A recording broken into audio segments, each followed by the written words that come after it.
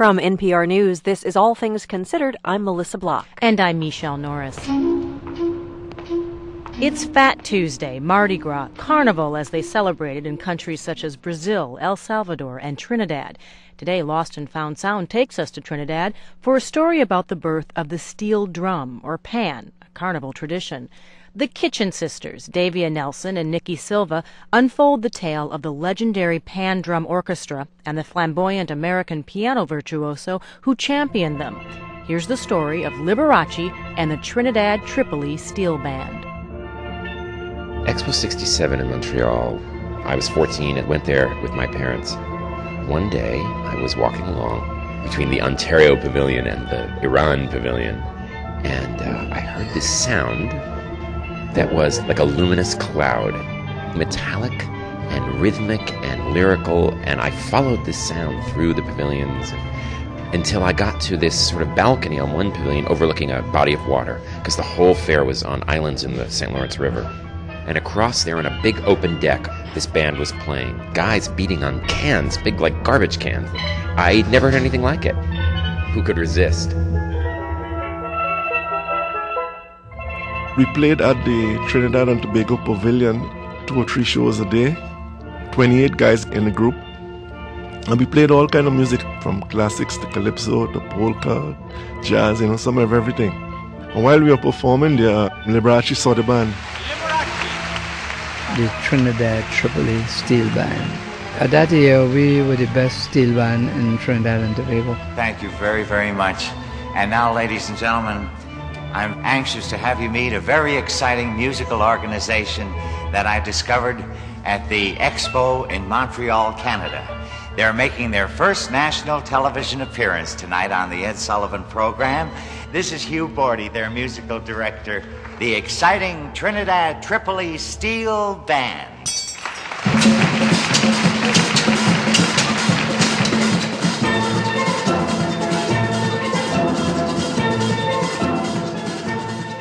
We was always shining. Before we met Liberace, we were shining.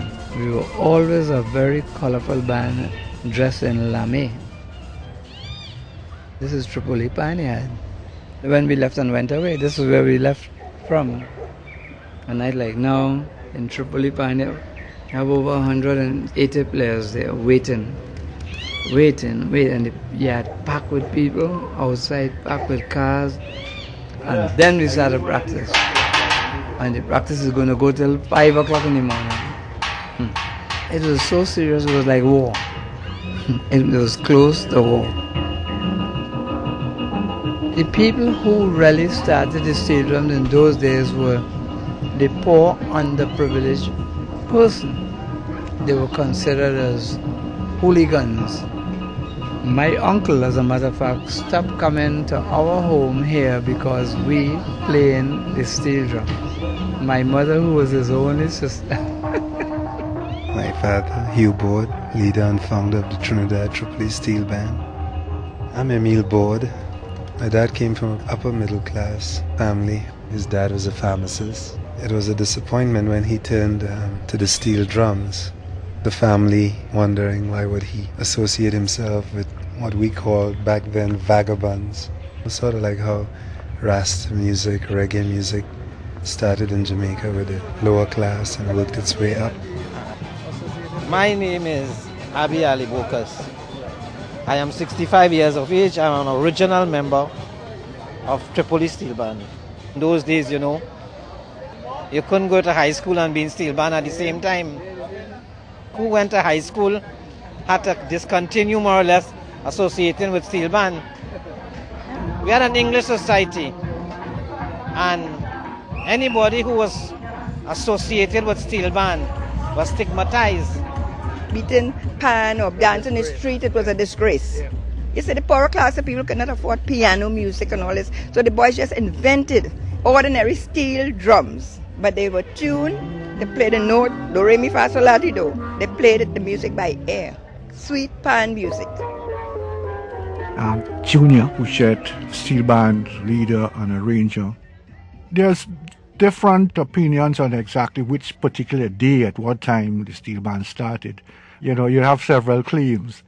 the forerunner of the steel band, there was a certain thing called the Tambu Bamboo Band, which existed in the 20s and 30s in Trinidad. Made of different lengths of bamboo shoots and bamboo gourds that were very rhythmic, and carnival days, this is what the local people danced to.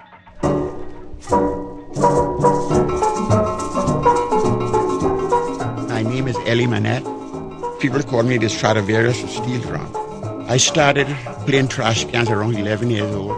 In 1937, 38, throw the garbage out and beat on the bottom. The steel drum was born in a very humble way, from African skin drum to the tambour, to the garbage can, to the paint containers, into what we have today. Welcome back with Liberace. What a great discovery that group are, aren't they? Yes, this is the Trinidad Steel Band. They've been with me about a year and a half.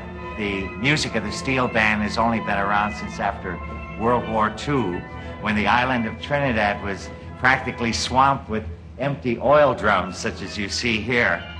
Due to the fact that the steel drum had such a bad reputation, in the early 40s and 50s, we could not get drums to buy. Because the Shell Oil Company and the British Petroleum, nobody wanted to sell you a drum.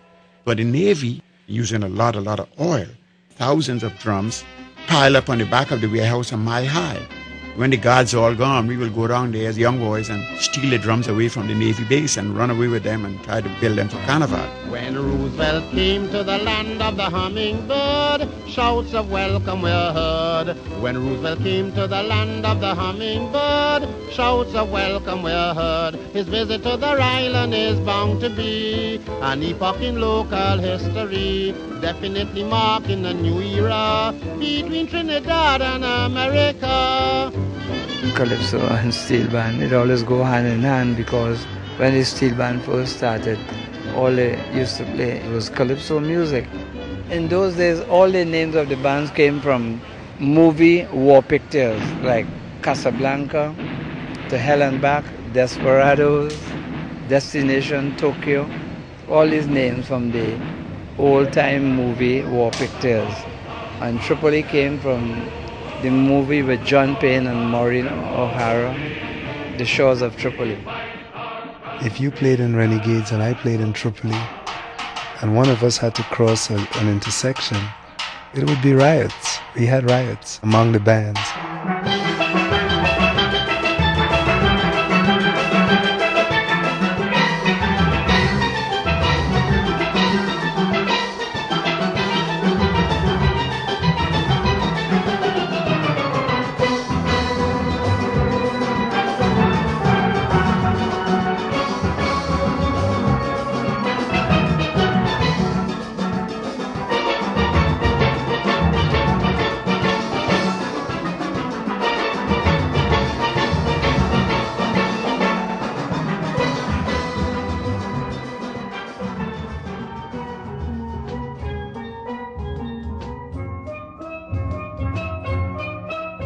My name is Michael Kernahan. I started playing band within the Tripoli in 1963. The Tripoli band really came to prominence with our arranger, Junior Pouchette, for his arrangements for Gershwin's The Man I Love. We went to the Independence Festival competition. After the impact we made, ESO approached the band and sponsored the band, and uniforms, and it was no looking back after that.